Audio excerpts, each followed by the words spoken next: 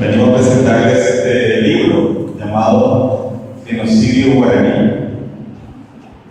Es una novela de un recorrido durante 3 años por todo el Paraguay,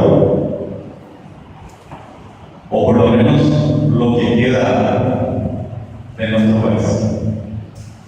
Es un periodista llamado Ñamanú, vinculado al padre del conocimiento, al saber, con un cartógrafo real, luz, esclarecimiento.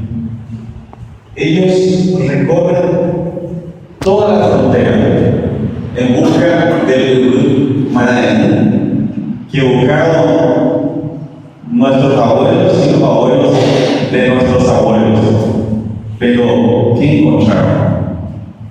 En vez de encontrar el grupo Marañón, encontraron la tierra del mal.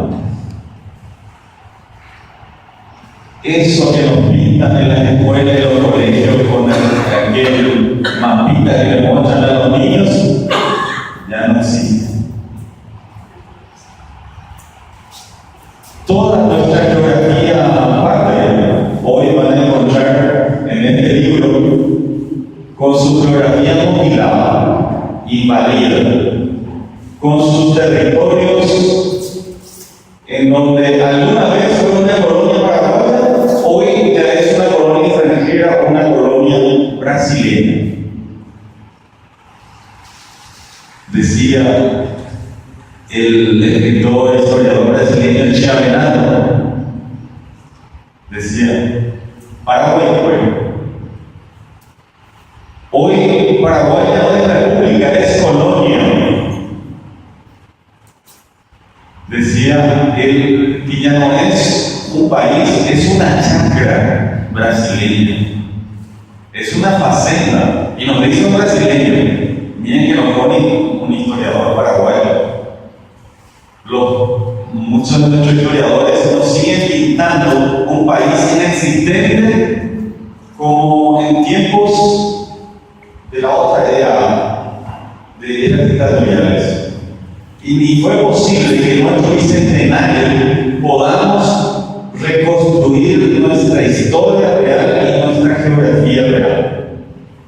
Decía Chiavenaz, no le cabe en la cabeza de ningún brasileño, de ningún argentino, que Paraguay fue un país más desarrollado que de ellos. Pero yo tengo que ponerle otra cuestión más. No cabe en la cabeza de los paraguayos que hemos sido la nación más desarrollada. No cabe hasta ahora en la cabeza.